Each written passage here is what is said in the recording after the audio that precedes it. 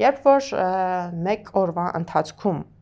վարչապետի կողմից ստացված SMS հաղորդագրության արդյունքում իրավապահ համակարգի եւ արդարադատության կարևորագույն օղակը հանդիսացող, որը պիտի դատարանների անկախությունը ապահովի, ղեկավարը անկախ մարմին լինի, այո, հրաժարական են տալիս եւ տարբեր դրվագներով օգտագործելով այդ սոցիալական մեդիան միջամտության տպավորություն թողնող գրառումներ են լինում, որին հաջորդում են նաեւ հետևանքներ, կողքից դիտորդի համար ողջամիտ կասկածից վեր արդեն տպավորություն է ստեղծվում, որ այո, այդ միջամտությունը կա եւ պարտադիր չի,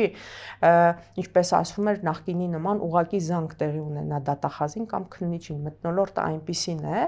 որ